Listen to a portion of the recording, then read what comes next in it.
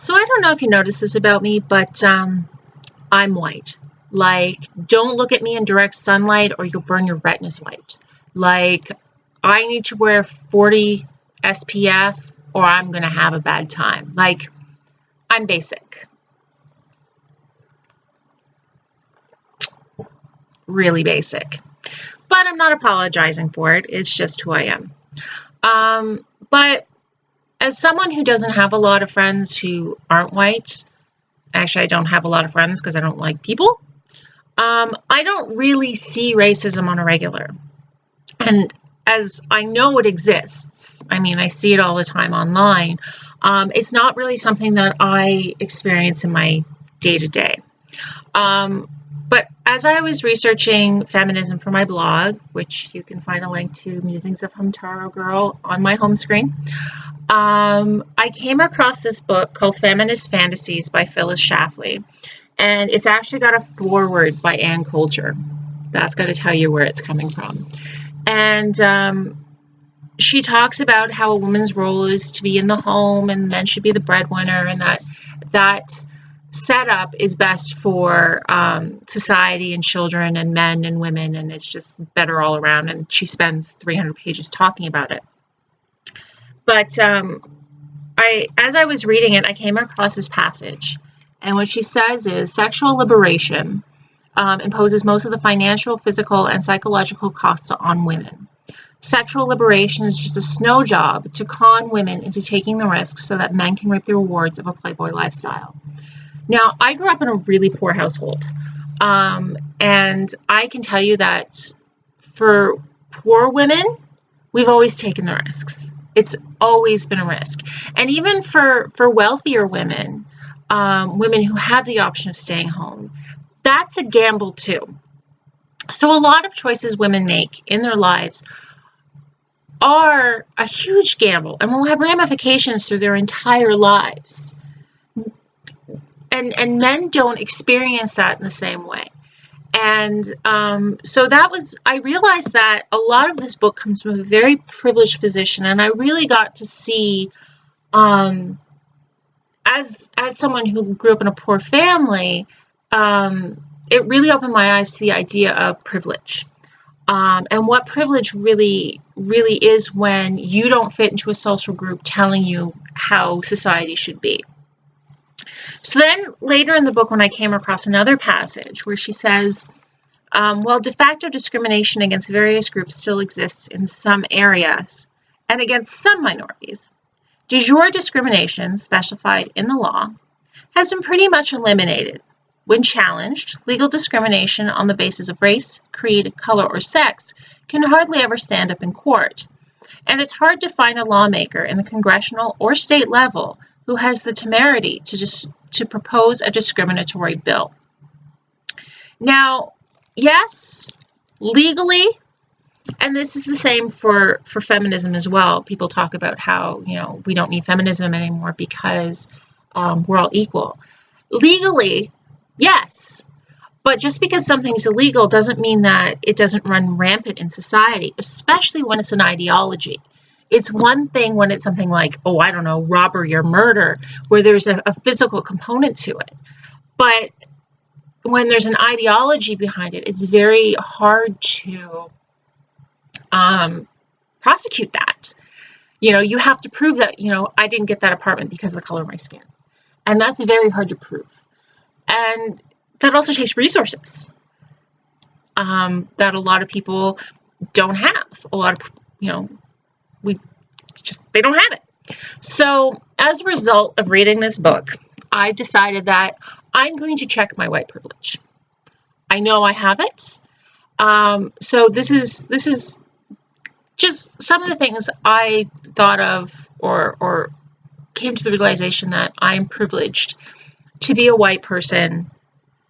And I want to acknowledge that I'm aware of this. And one of the first things I noticed was my race is the default, right? White people are everywhere in television, in movies, in books, in our history.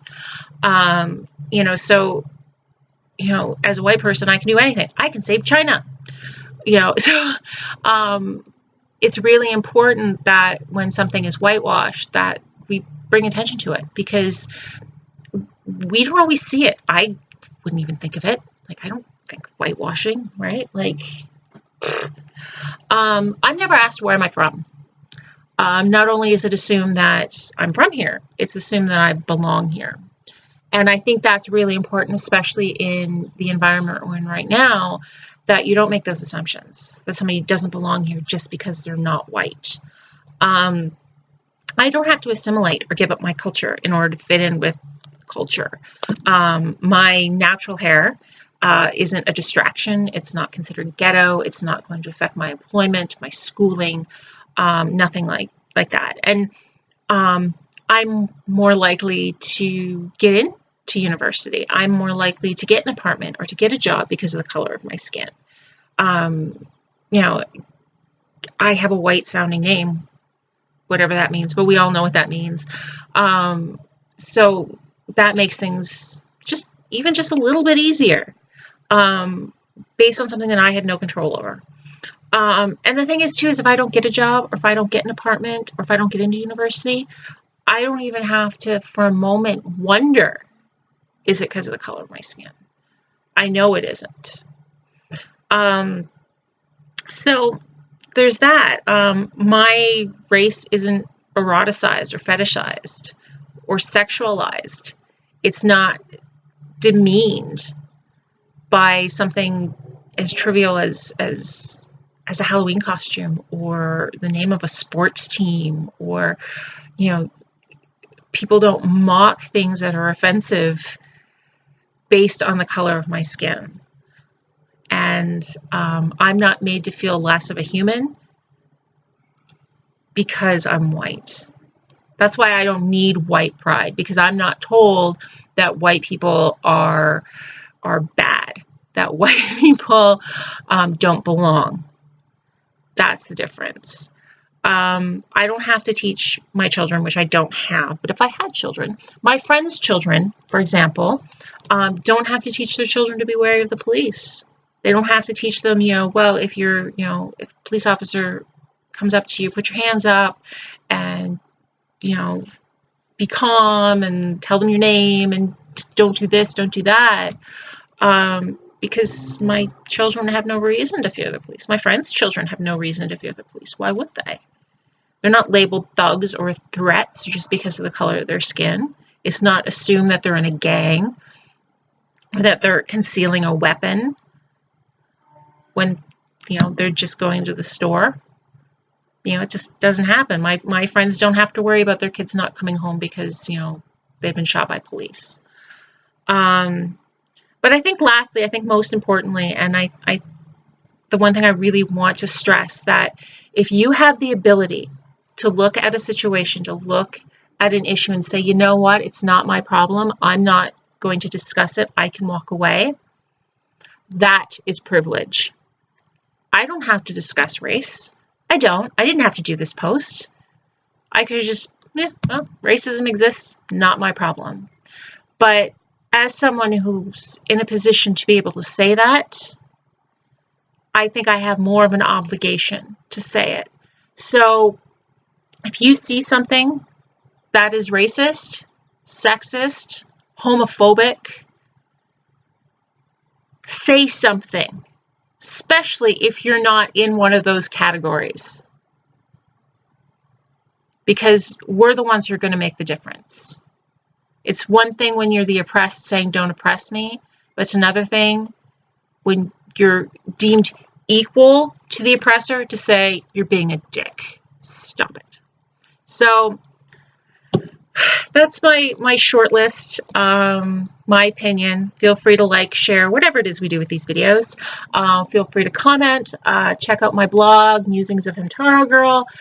Check out my Instagram, @HamtaroGirl. And yeah, till next time. See ya.